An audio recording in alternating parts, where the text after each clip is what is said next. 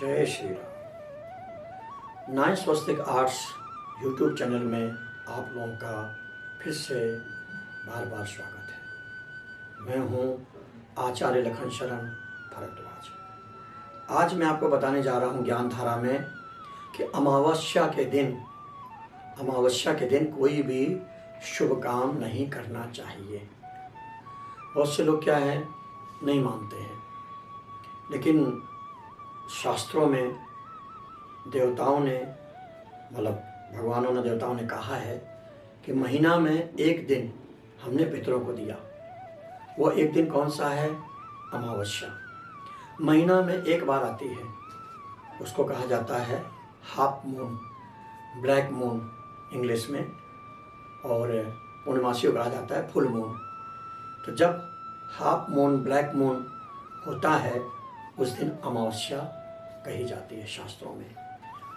तो अमावस्या के दिन जितना बने उतना देवर्षि, मनुष्य, ऋषि तर्पण का विधान कहा गया है शास्त्रों में। अगर आपके घर में कोई पितृदोष है या किसी प्रकार का श्रापित दोष है तो उसका श्राप निवारण करने के लिए आपको हर अमावस्या के दिन तर्पण विधि करना चाहिए, हो सके तो, और वो 2 बजे के दोपहर के 2 के भीतर ही करना चाहिए। ज़्यादा लेट नहीं करना चाहिए, क्योंकि ज़्यादा देरी से तर्पण करने से वह जो तर्पण का भाग है वो पितरों को नहीं मिलता है, फिर वो राक्षस लोग ले जाते हैं, राक्षस लोग ले जाते हैं। इसलिए कहा गया कि तर्पण विधि विधान जो भी है अमावस्या के दिन करिए, और देवर्षि, मनुष्य, ऋषि का तर्पण करिए। और कहा गया देवताओं का तर्पण ऐसे किया जाता है आगे के भाग से, और कहा गया अगर ऋषियों करना है तो ऐसे तर्पण करना चाहिए। और कहा गया अगर पितरों का तर्पण करना है, जो भी अपने परिवार में पितर, जो पहले दिवंगत आत्माएं जो स्वर्गवासी हो गई हैं, उनके लिए ऐसे करना चाहिए, तर्पयामी बोल के।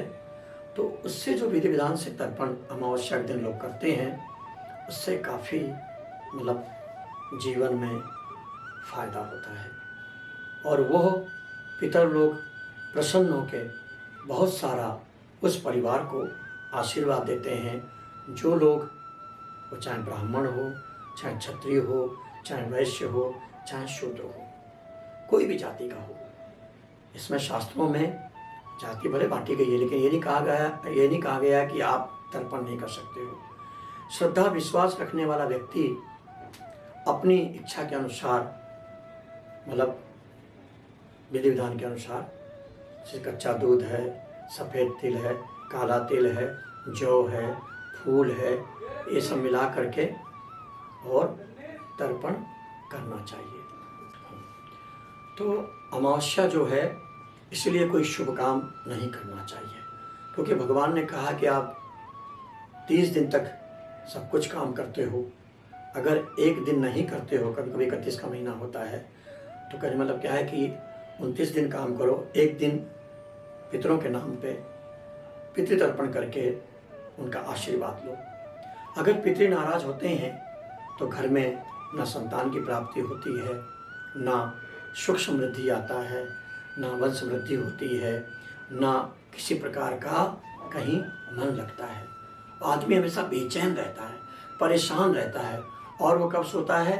Late night. जब दुनिया जगती है तो वो सोता है, उसके उल्टे कर्म हो जाते हैं। इसलिए कभी किसी का कोशिश करिए कि श्राप मत लीजिए। अगर श्राप लिया है तो उसका फिर निवारण के लिए, उसके निवारण के लिए अमावस्या का विधि विधान तर्पण करिए। हो सके तो आटे के पिंडदान भी करिए, और जितना आप तर्पण करेंगे, देवर्षि, मनुष्य, ऋषि तर्पण करेंगे, उतना ही आपको काफ़ी फायदा होगा। उसमें औषधि का भी तर्पण होता है, उसमें दिशाओं का भी तर्पण होता है, 10 दिशाओं का भी तर्पण होता है, जैसे पूर्व तर्पयामी, पश्चिम तर्पयामी, उत्तर तर्पयामी। क्योंकि तर्पण करने से आदमी हमेशा के लिए तर जाता है, और उसके परिवार में सब प्रकार की मनोकामनाएं हमेशा पूर्ण होती रहती हैं, और जो वो सोचता है वो शनै शनै धीरे धीरे उसको सब कुछ मिलता रहता है। इसलिए इस बात का ध्यान रखें कि अमावस्या के दिन कोई भी शुभ काम ना करें, जितना बने उतना मतलब देवर्षि मनुष्य से तर्पण करें, तो आपकी मनोकामना पूर्ण हो, सुख समृद्धि हो। और आप मेरा चैनल सब्सक्राइब करें और लाइक भी करें, शेयर करें, और ज्ञान धारा में आपकी नई नई चीज़ें मैं आपको देता रहूँगा। नमस्कार।